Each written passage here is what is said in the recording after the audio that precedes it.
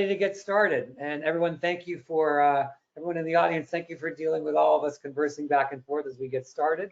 Just wanted to make sure that we could all be here right in front of you as we did get started to avoid any possibility of any glitches. That being said, welcome again officially to today's today's webinar, Production Print and the Independent Dealer, powered by ACDI and Great America Financial Services. As Scott started to mention, and we were talking about just a moment ago, we're particularly excited because we have an overwhelming number of registrants, and we're thrilled actually to have hit an run over capacity. So we'll be expanding our capacity for future webinars. Thank you very much. And with that said, today's unusual panel is a complimentary extension to our 2020 July-August production and industrial print issue. Here it is. And it's available now at the CannataReport.com for subscribers and non-subscribers. Any non-subscribers, please feel free to reach out to me at cjcannata@CannataReport.com with any questions as to how to access that issue. That being said, I am CJ Cannata, and I'm joined by Scott to moderate today's panel with me. And before doing so, it is my absolute pleasure to announce today's esteemed panelists. Beginning with Canon's Bob Barbera. Bob is the Director of Product Solutions Marketing at Canon USA. Gavin Jordan-Smith, Ricoh's Senior Vice President, Commercial and Industrial Print Business. Gavin, thrilled to have you as always. Frank Mallozzi, Chief Revenue Officer of EFI. Many of you know Frank. Frank, thrilled to have you as always as well. And last but certainly not least, our friend Dino Pagliarello, Senior Vice President, recently got a big promotion. Senior Vice President of Planning and Marketing, Konica Minolta Business Solutions USA. Thank you, gentlemen. We're thrilled to have you thrilled to have all of you with us here today. And with that, I'm going to turn things back over to Scott to officially get the Q&A started. Scott? All right, thank you, CJ. So as we begin our discussion, and I'm addressing our attendees right now, please note we want to hear from you, and we encourage you to submit questions via the chat function. And we're going to do our best to move things along so we have time for all the questions that come in, and we will really honestly do our best to get through those at the end. So let's begin. And this is really where I want to start, because I think this is going to be helpful for some of our attendees. And one of the misconceptions we encounter here at the Cannata Report with some dealers is a misunderstanding of what constitutes production and industrial print versus light production. And I'm hoping that some of our panelists can clarify that for our attendees today. And Bob, and I know all of you may not be on the exact same page on this, but I'd like to hear from Bob, Gavin, and Dino on this one. So Bob, why don't you start? All right, thank you, Scott, and thanks again, CJ, for having me today. And it's great to see the big turnout to hear about production. So I'm glad to see the interest level there. You know, in the new report, the Cannata report, I was interviewed, and I said, you know, to me, what constitutes production is a little bit more of the application standpoint from maybe light production. So light production, you know, people are having a need for maybe a little bit more volume, a little bit more quality, a little higher reliability.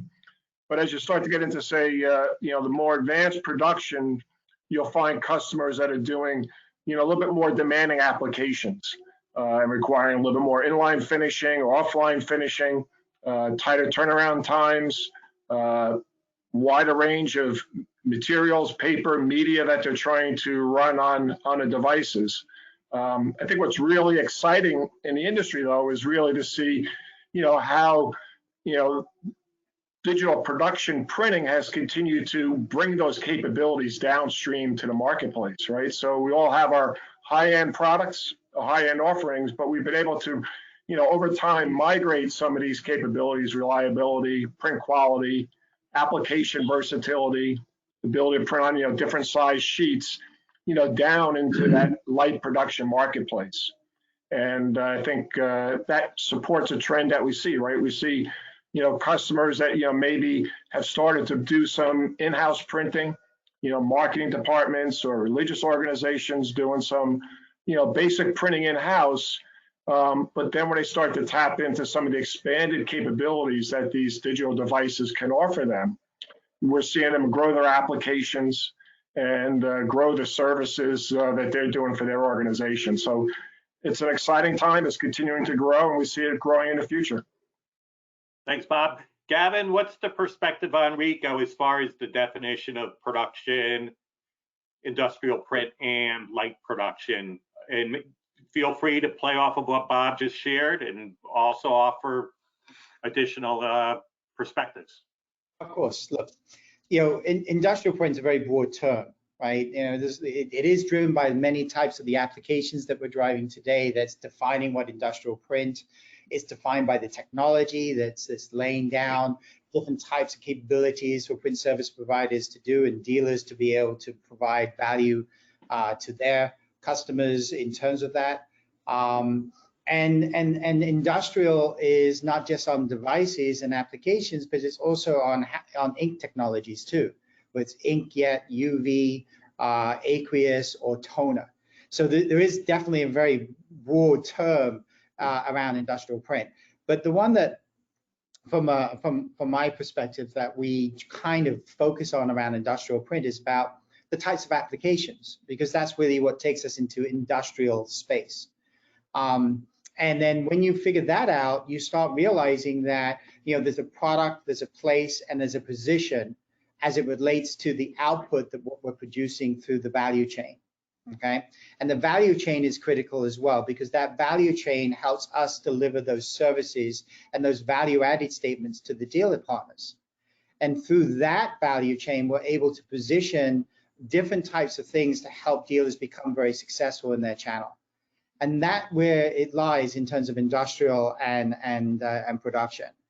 And then light production is another very gray area. There's a lot of things going on there, and I could talk a little bit about that later on. But at the end of the day, you do have some light production equipment, finishing or pre-finishing, that addresses industrial type applications. So from our perspective, it really is what you're trying to do as an output, where you are in the value chain, and what kind of value dealer partners can deliver to their customers to drive some of that. Hey, Gavin, thank you. Dino, you're going to be the third and final person to offer their perspective on this. You're welcome to say what Bob and Gavin said, but you're also welcome to offer the Dino/Konica Minolta perspective. Yeah, of course. Thanks, Scott, and thanks, CJ, for having me today. Appreciate the opportunity. So, yeah, a lot of what Bob said and what Gavin said as far as the difference between industrial print, production print, and light production. A couple of things to note, especially in the industrial print space of the market. Things that we've found in our studies as far as the percentage of digital in production print, there is a huge opportunity for a company like ourselves and for dealers on this call to take advantage of the fact that the business is going from analog to digital, and especially in the industrial print space, whether it's label, packaging, high-end inkjet, we're seeing that growth, and I think that's an opportunity for all of us. As far as the industrial print or the production print to the light production space, I think that's a relative question. It depends on the offering of what the manufacturer is making available. If I were to categorize it from a Konica Minolta perspective, I would say that color range 60 to 70 ppm would be our light production space with a max duty cycle of maybe 250K or less. But what was mentioned earlier as far as the robustness of technologies that are going downstream, I think that's really important to mention, because a lot of the great capabilities that we're seeing in our higher end production devices are moving downstream into these lower end, mid-range and light production products, and offering a lot more for your money, and offering a great opportunity for the dealers to get into this business, kind of hit the road running. So, and we're going to talk a lot more about the details on that, so I won't tell you about everything now. So that's okay. That's it. Thank you, Dino. So we want to give each of you an opportunity to provide our attendees with a 1 or 2 minute overview of your production and/or industrial print product lines. And this is, we're trying not to make this a commercial, but more be more informational. So Gavin, I'd love to start with you on this one. Sure. So at Ricoh, we have a very good position in terms of leadership and legacy within the inkjet space. And you'll find many of our technologies, patents, and many of the third-party aqueous inkjet components, as well as UV side. And we enjoy that partnership with other OEMs in order to proliferate, technology and innovation inside that space. More importantly, from a dealer channel standpoint, we have our cut sheet, our entry production cut sheet, leading up to our flagship cut sheet in terms of toner. But it's really interesting because when you look at the continuous feed inkjet space, which is another line of business that we carry, we've seen that been absolutely zero affected by COVID.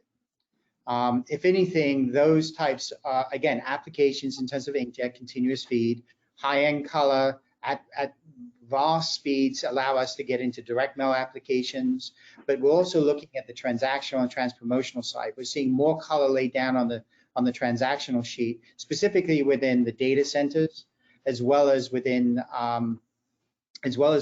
many of the service bureaus have been very successful inside that space. So one of the shining lights of production, in my opinion, is the inkjet space. And in a way, that's where the future of business is actually going to end up going. Now, of course, there's a place for cut sheet toner, and whether you're doing a fifth color for embellishment or going into short run packaging applications, those are all real applications that are driving print today. Of course, packaging has not seen a decline.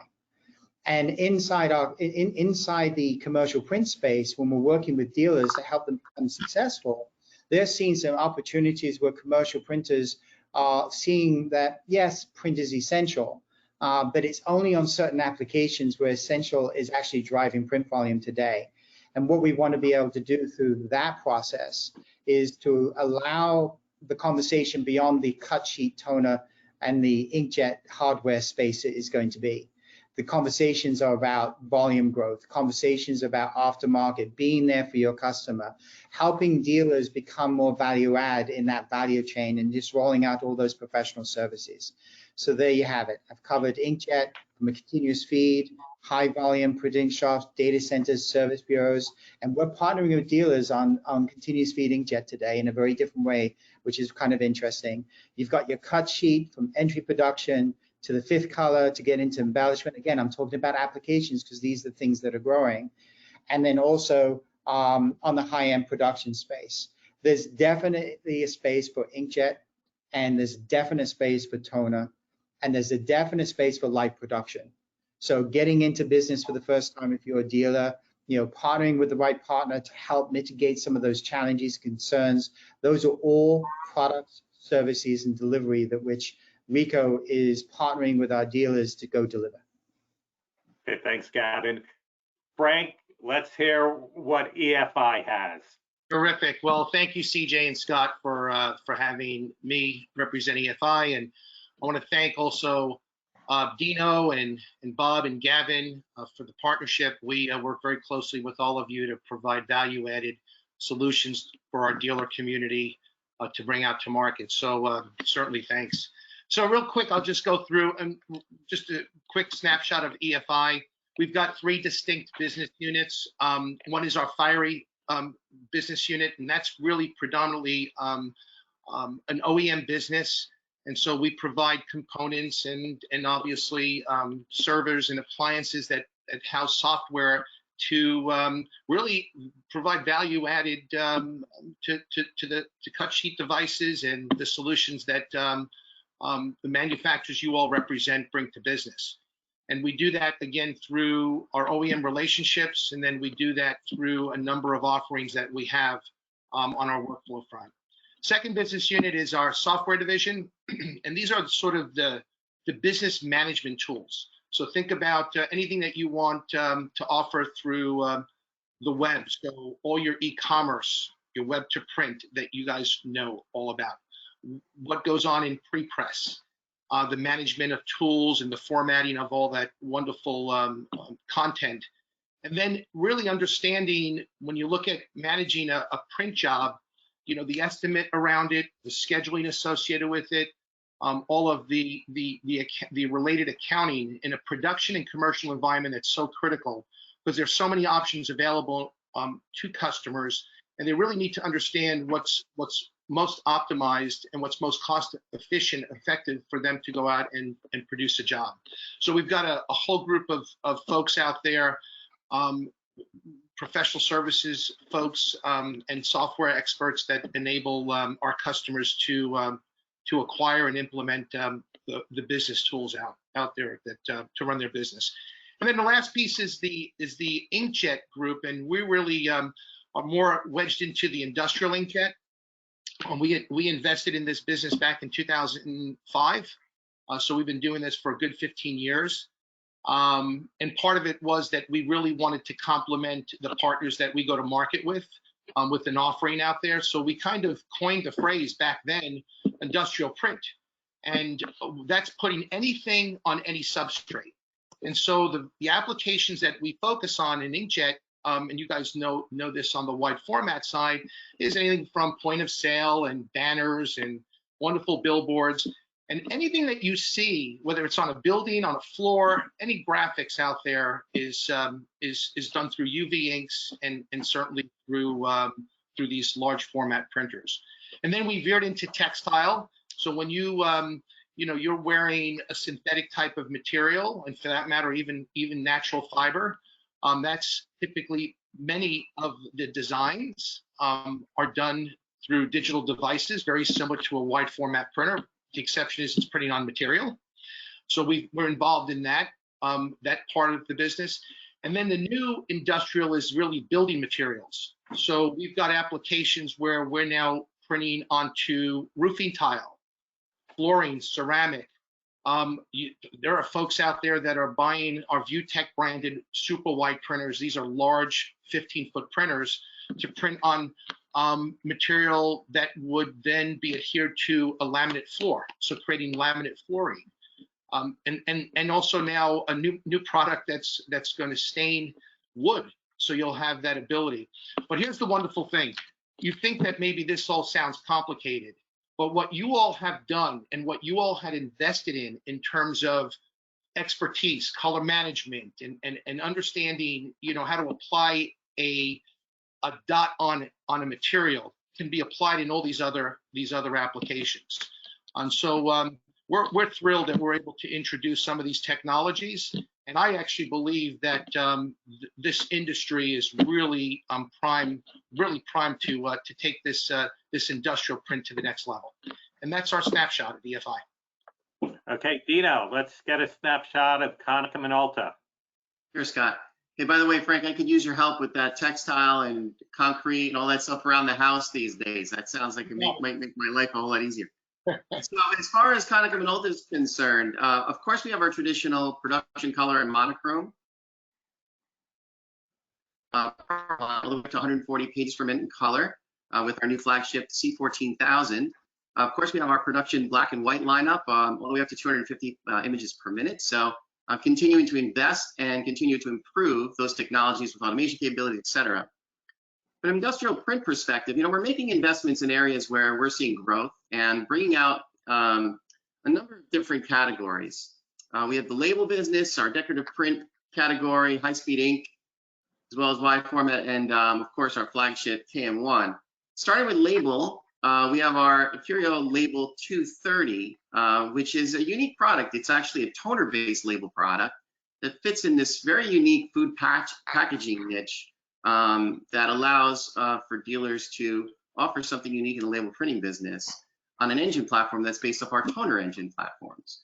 We have an inkjet-based low-end label device, and we could talk about this more a little bit later, but it's a great entry-level industrial print label product that can allow dealers to get into the business at a low price point. If you're worried about getting to the industrial print business, this is a great entry-level product, as well as a packaging device called the 675i. From a decorative print perspective, as everyone knows, or you may know, we have a great partnership with MGI and EFI. I almost said EFI.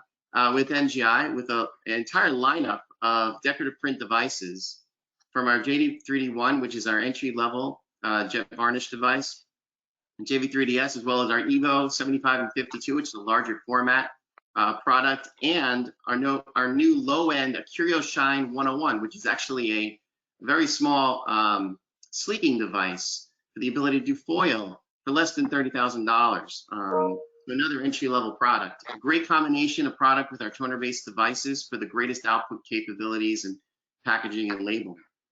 So we have a high-speed inkjet category as well. We have a partnership with a company called SuperWeb, our WebJet 100D and 200D, with products that can do up to 42 million impressions a month in your transactional color market with the Activus inkjet, as well as our wide format category product, which is our first Konica Minolta branded a Curial label Konica Minolta products, 116-200 that can do print on boards that's 2 inches thick and be able to do wide format type printing, whether it's posters, banners, you name it. And then last but not least, our flagship cut sheet UV inkjet device, the KM1E. It's a 29-inch cut sheet UV inkjet press that can do up to 6-up letter, which is a unique identifier in the United States, allowing us to gang up jobs to be able to be much more productive. And the KM1E has enhanced substrate capabilities such as synthetic stocks and embossed papers and things like that. So we've got a full gamut of product. And once again, kind of as a quick overview, we're really building in that area where we're seeing growth. Kind of going back to the theme that I mentioned earlier, we're seeing areas where you're having that transition happening, and that's where we're bringing products to market in the industrial print area. So that's a little snapshot of the Konica Minolta lineup. I know it's a lot to take all in one 2-minute time frame, but got a lot of great information out there for you to review if you want to see more. Okay, well, thanks. And Bob, let's get your perspective and the Canon perspective. Yeah, I'm going to focus in on the production space. And, one of the interesting things, for the audience, I did a roadshow last year with dealers, and I asked them, I said, in the production print space, how much of the printing you think is digitally printed today versus traditional offset? And the spectrum of answers was pretty diverse, 80% digital. And it's actually the opposite. That's why I think everyone's excited about the production print market. Still today, 90, maybe 88% is still being done through traditional means. Digital printing is just scratching the surface. It's only about 10, 12% of the digital production pages, right? So there's a lot of growth opportunity, a lot of volume as we continue to, bring out wider range of solutions, toner, inkjet that help migrate those offset pages to digital. And that's a key reason for the excitement. When you look at the digital page volume in North America, Canon has a very diverse, broad, and powerful portfolio of solutions. And Caslon, which is a market research firm that does a lot of research in the digital print space, estimates that Canon is the market leader in digital production pages, with 28% of the U.S. page volume being printed on Canon technology. So we have our image press portfolio products. Those are digital color presses, toner based. We have our VarioPrint monochrome toner presses that came to us with the OSE acquisition. We have a diverse range of high-speed inkjet cut sheet with the VarioPrint and various continuous feed solutions, as well as the wide format solutions that are a little bit more industrial based, the Arizona and the Colorado products. So, broad portfolio. We're continuing to expand that. And once again, as I started, I think we're just scratching at the surface, all of us, at the opportunity that production has for your business. CJ, you're muted.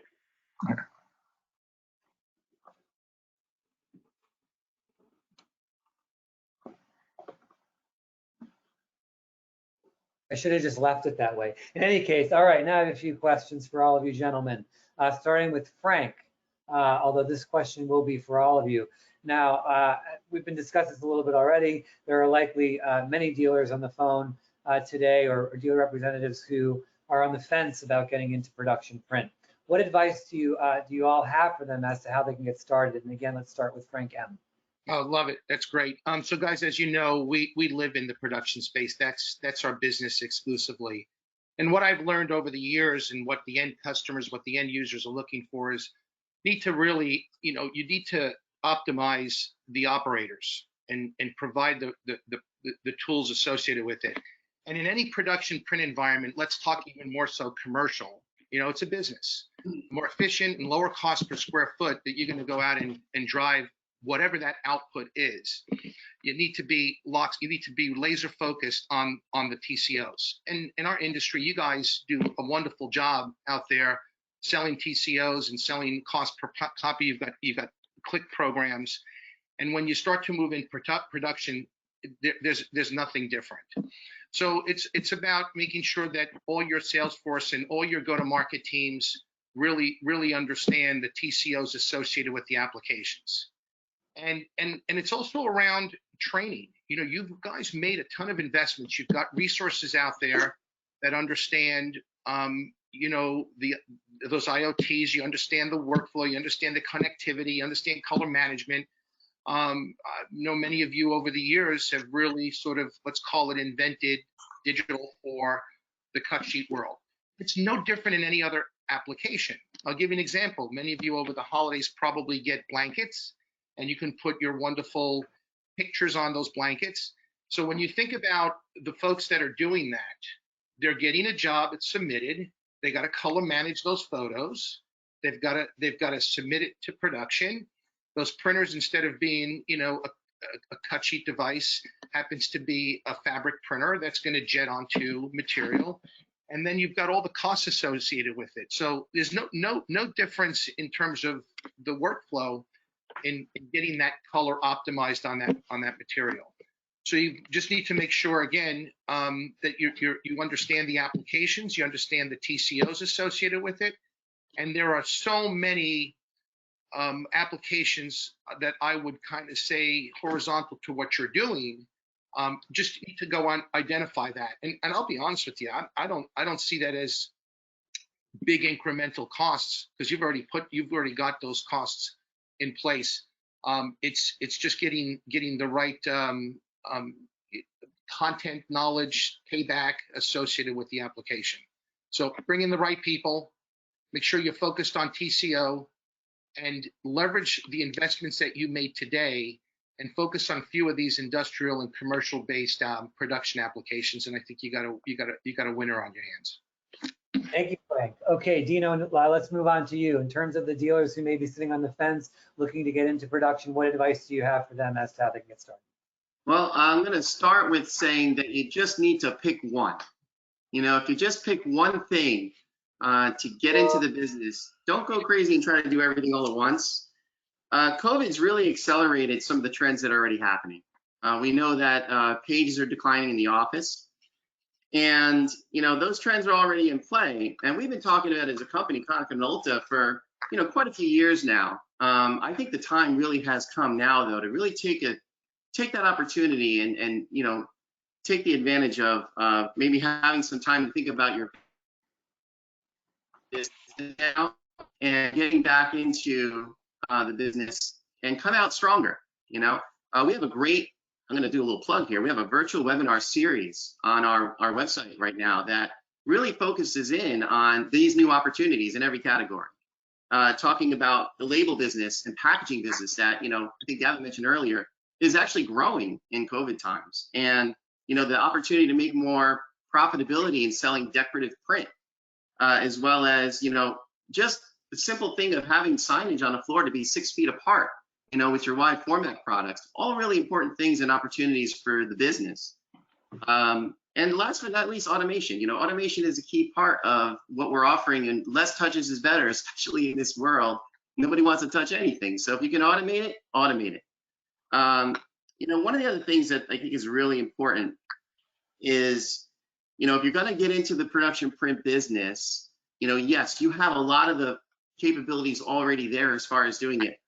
Make sure you invest in the right areas to make it a good business. One of the things that I think sometimes gets forgotten is having those analysts and professional services people that you really need to make sure that you have the right workflow, professional services information for the customer, to be able to have those dedicated people, for example, the best color quality with G7 certification, and having people to help you get through and being the best service provider you can be, I think is a key thing before you even hire your first salesperson. So yeah, I think the opportunity is now, and it's a great opportunity to rethink what you're doing. Thank you, Dino. Bob, over to you. What advice do you have for dealers that may be sitting on the fence and who are looking to get into considering Well, getting? they're probably already in production if they don't realize it already, with probably even some of their higher end MFP type customers and solutions. So, the easiest is to, go to the customers that and look at the opportunities and how do you expand in that existing customer base. As mentioned, there's a lot that's happening in the industry with the COVID impact.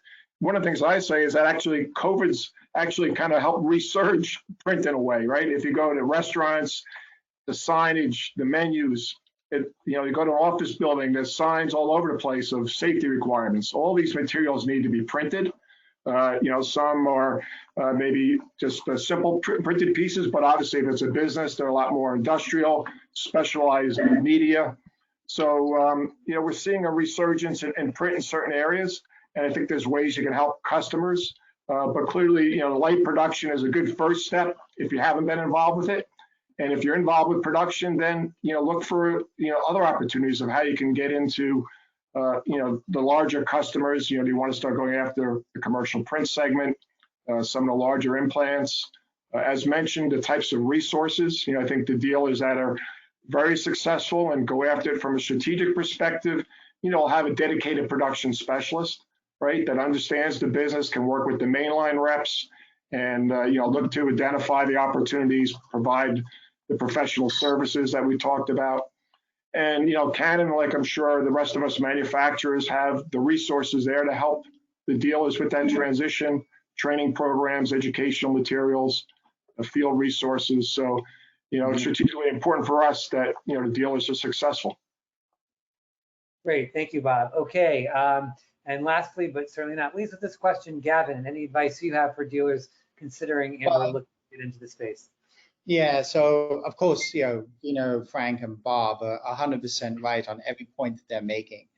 But, and also, I just want to be able to add to some of their comments. I think it's important to have a very strong partnership and alliance.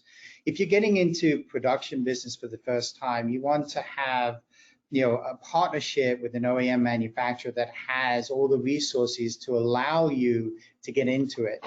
And where you want to enter, whether it's in the entry level or the mid-range, depending on how you want to go to market, finding the right business development partner allows you to enter that market in a very different way. It could be a very daunting thing.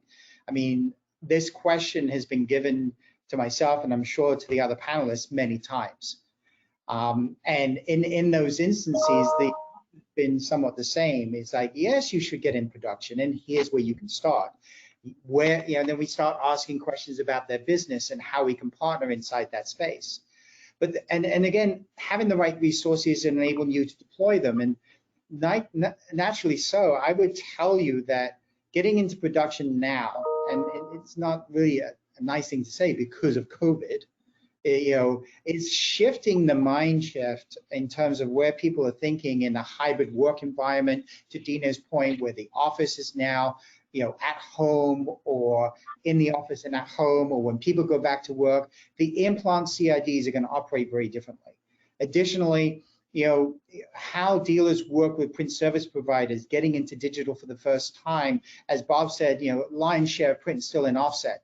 So there's going to be shorter runs, more things moving to digital. So now's the time from an application standpoint to make those initial investments. And lastly, when Frank talks about, understand the entire workflow story, because there's value to be given to how we see files, how files can be submitted through a web portal, how automation is stripping out cost, and then understanding those components, again, full circle with the right partner and the right alliances.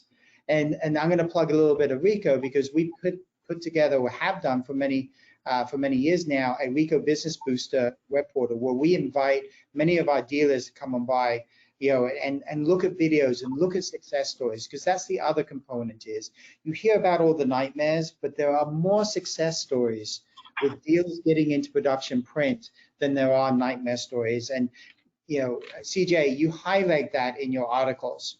quite well, and interviewing the dealers and how successful they are. So that's my comment on the dealer side and production print. Well, thank you. And Scott, thank you, because he handles a lot of that content for us. Okay, thank you, gentlemen. Moving on to my next question.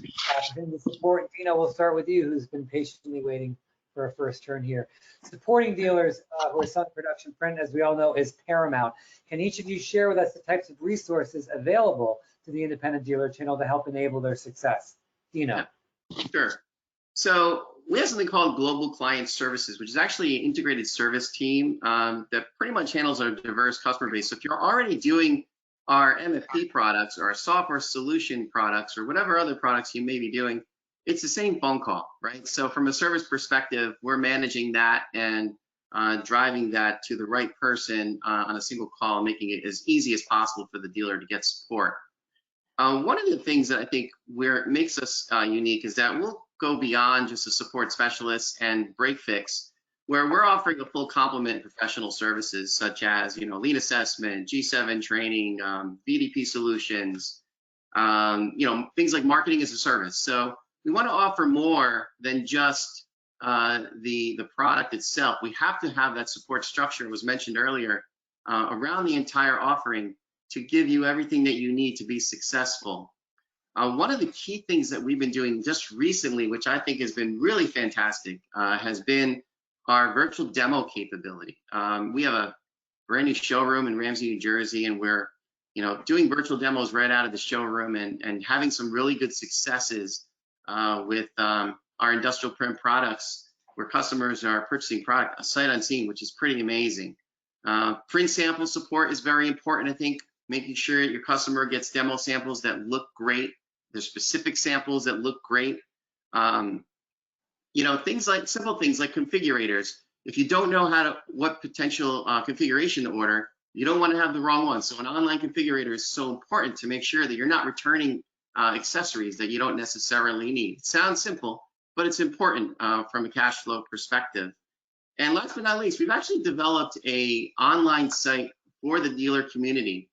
It's called the Jam site, and what it allows to do is for dealers to go in and ask questions to other dealers that are having some other same challenges or same questions, so they can have that interaction amongst themselves about some of the Konica Minolta technologies, and maybe answer their own questions through some of their colleagues versus having to talk to somebody else outside of that. So, so those are some of the things that we're offering, and I think that it offers the full breadth of what a dealer may need from a support perspective in order to be successful. Thank you, Dino. Bob, let's move over to you. What does Canon have? Oh, go ahead. I want to highlight a couple things. One, on the marketing side, we undertook a project and we published a planning guide, white paper for dealer management titled "Expanding Your Business into the Production Print Market." So, trying to highlight, and educate them on the different parts of the marketplace, the market segments, the market opportunities, what they need to do throughout their organization, not just the sales side, but the service side, and highlight, kind of that evolution that we see the dealers that are successful having in the production space, as well as, the various resources, that Canon has to help support them. So that's been a great, tool to kind of help dealer management, strategically think more about the production space and what they need to do to successfully enter and grow in the production space. We put obviously a lot of time into sales training programs. Right now we're doing a program we call a summer camp for our dealers. There's various training programs, and one of them is, selling beyond the MFP and leveraging production. And these are virtual sales training programs we do, very small teams, about 12 people, very, very interactive. So, trying to help train the frontline reps, the mainline reps at the dealerships on spotting the production opportunities. And, lastly, just another thing that we recently introduced is that we've expanded our professional services from Canon USA to our dealers in the production space. So we offer professional services to help deploy the workflow solutions, but now also to help dealers get started, we'll actually help with implementation services. So if they want, we'll go in and we'll help them install the equipment and help them train the end users to help get them up to speed faster and quicker and have some great successful installs to leverage. Thank you, Bob. Gavin, over to you. Support. Anything to add? Yeah. Well, wherever you are in the journey, right? Whether you're coming into production print for the first time, or whether you've been selling production print, or you're expert at production print, Ricoh needs and does provide, over 130 professional services offerings, because when you're getting into this space, it's very much a consultative sell. And around all that, whether you want to get in certification programs like G7 certification or various types of workflow components, we're delivering these as well, because it's all about that business development scenario. And then secondly and thirdly, we're looking at, we very much like Dino, and I know Bob does as well, and we leverage our experience centers, our customer experience centers, through virtual environments and virtual training rooms. In fact, we just did a whole virtual class with a dealer for about 35 of their reps not too long ago, about a couple of weeks ago, and it really allowed them to see how workflow works, see how the production devices are functioning, and allows them to give them the talk tracks, and we take them through a certification program. And then lastly, just to additionally add to some of those components is, I mentioned to you that it was a consultative sale. So we have a highly integrated Tiger team, because when you're building solutions where you're tying together workflow automation with color management and device agnostic support.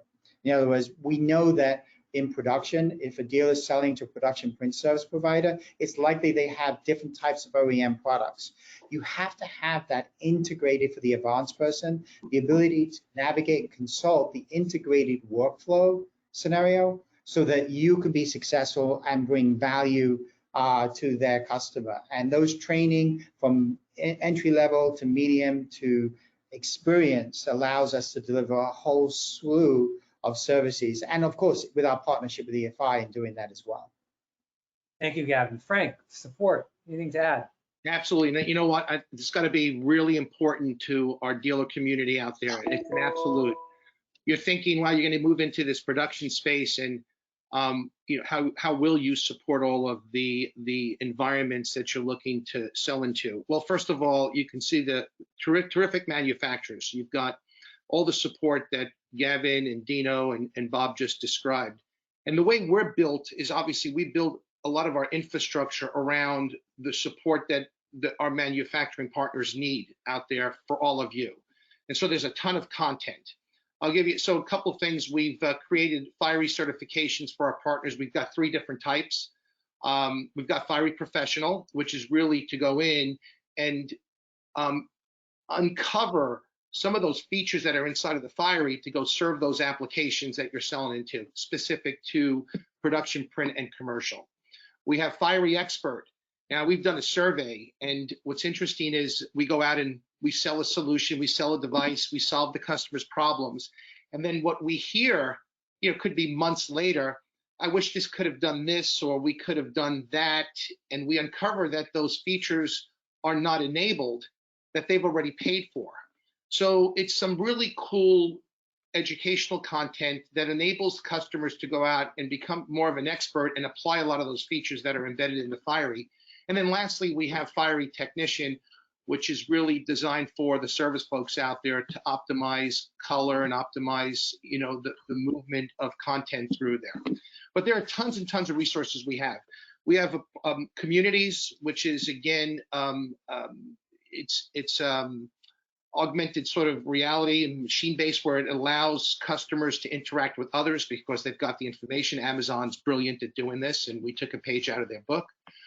We also provide a lot of free training through our partners. So during COVID, really, really proud of the team. They did back in end of March and April, we did a couple of webinars, and we actually certified 6,000 folks out there. It was probably the most well-attended webinar we had, because we had a captivated audience, of course. And then we also trained about 8,000 people in using the Fiery itself. So it was really well received in terms of what the market's looking for. And then lastly, we've been really aggressive in providing our virtual Fiery. Oftentimes you couldn't do a demonstration on the Fiery. You'd have to go into an experience center and you'd connected to a device.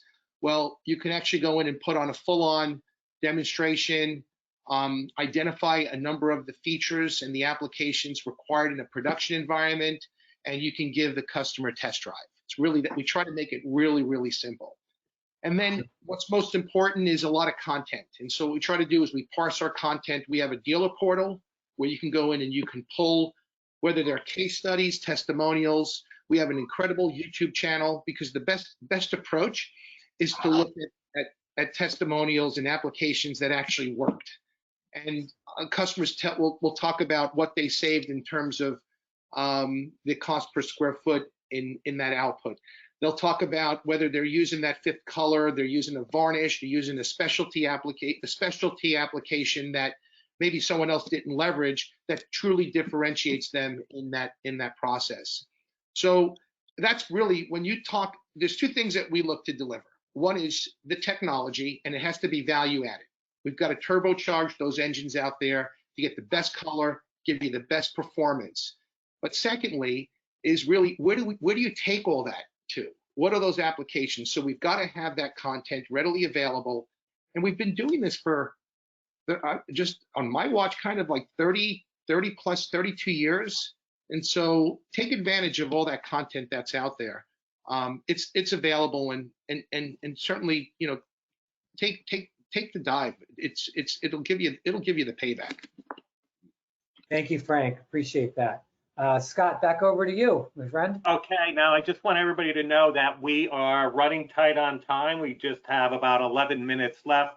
So we're going to do some edits to the questions here, and the personal questions we were planning on asking each of you, we're going to cut those right now, and then we're going to cut the next to last question. So I'll ask the next two questions, and then CJ will wrap it up with the final question. Okay. So we're hearing a lot of talk about the transition from toner to inkjet. We've been hearing it this afternoon, the transition in the production print space.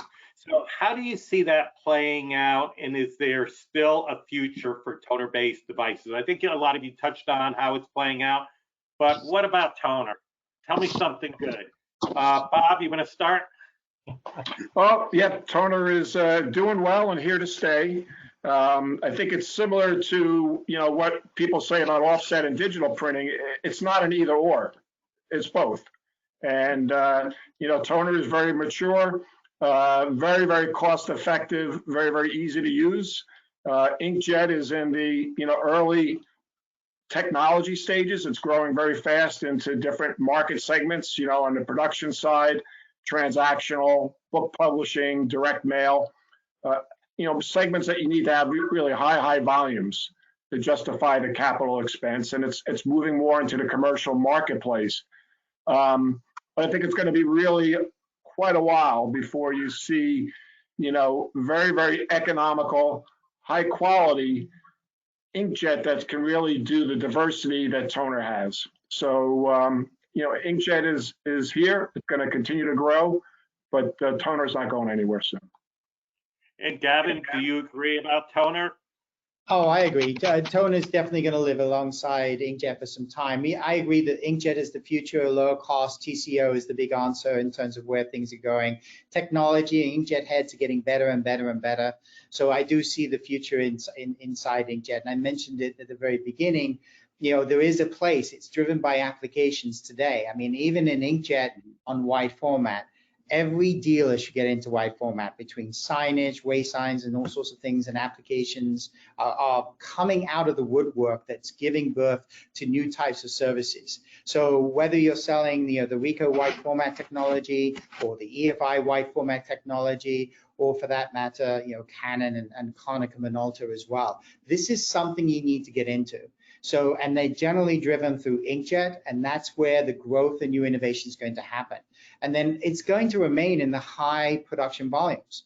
You know, we're still, even through COVID, placing a tremendous amount of inkjet continuous feed devices, because the volumes are growing, you know, as it relates to the types of applications, right? And that's very important too.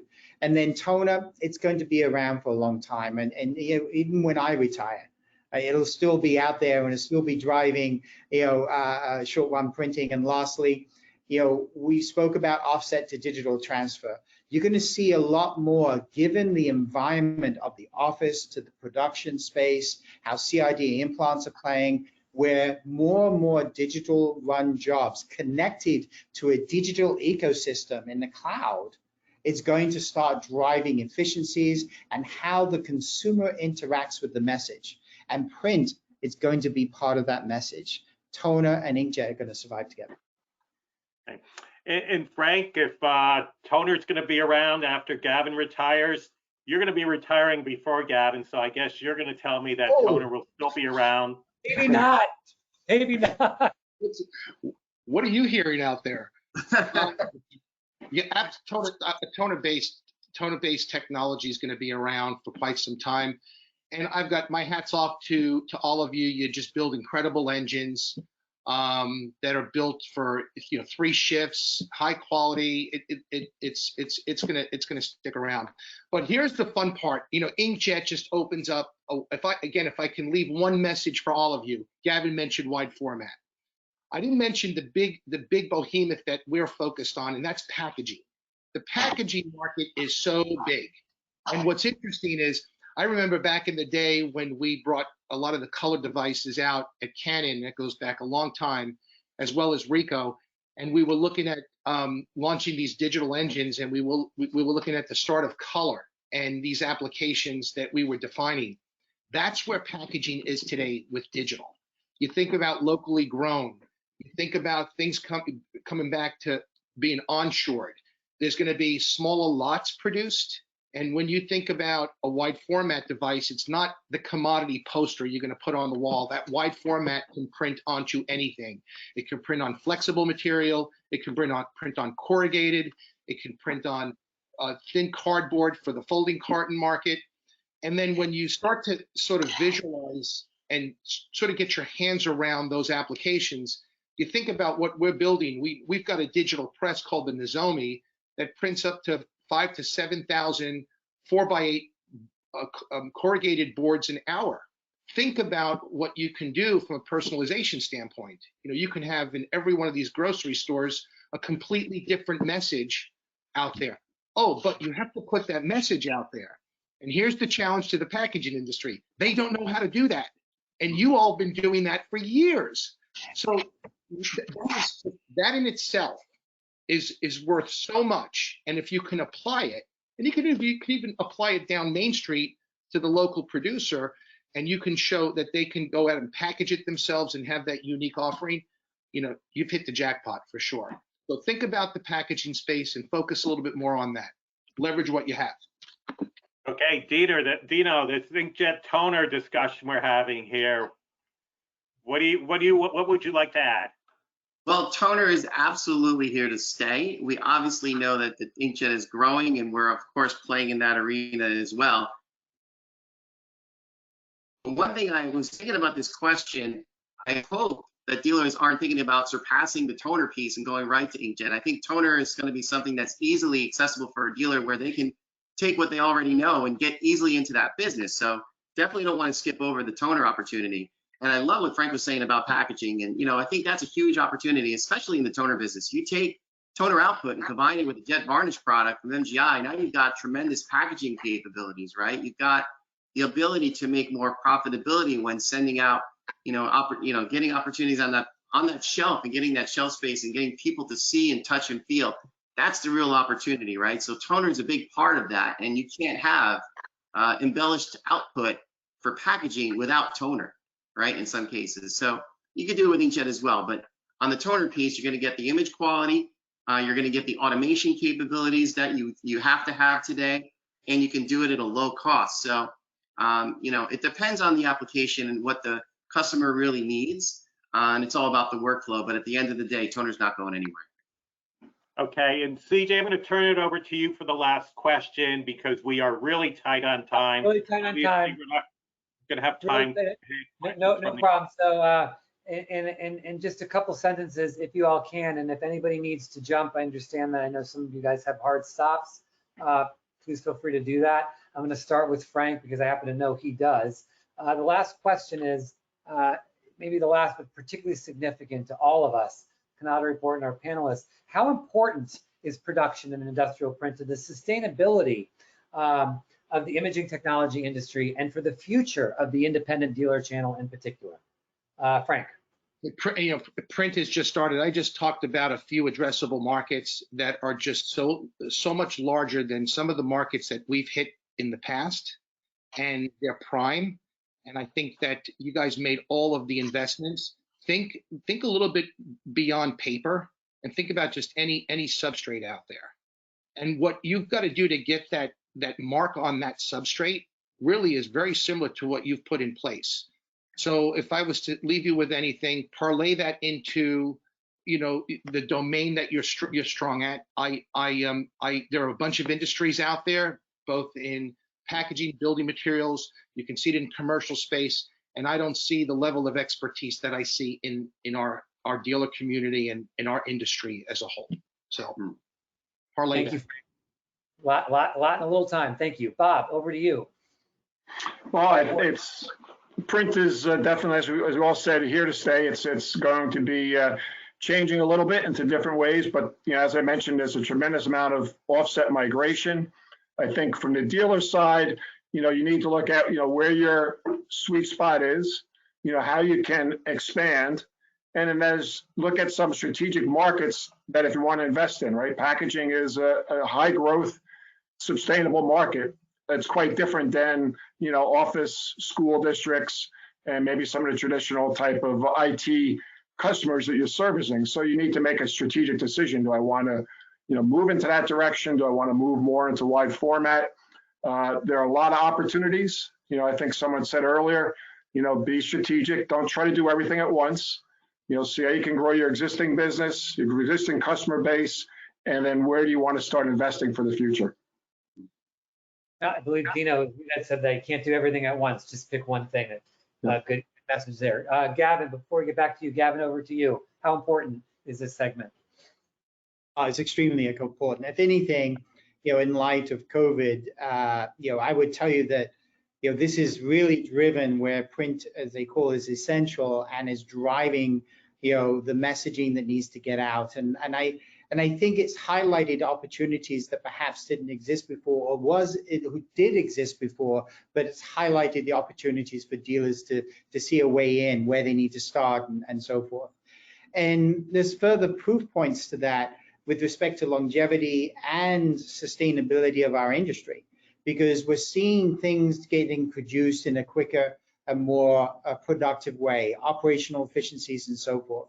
So when dealers want to look at this market and they want to get into, I can definitely guarantee them that there's longevity, the sustainability, it's finding where you want to get in, not boiling the ocean, figuring out where the partners you need to exist, because dealers at the end of the day serve the community that which they're in.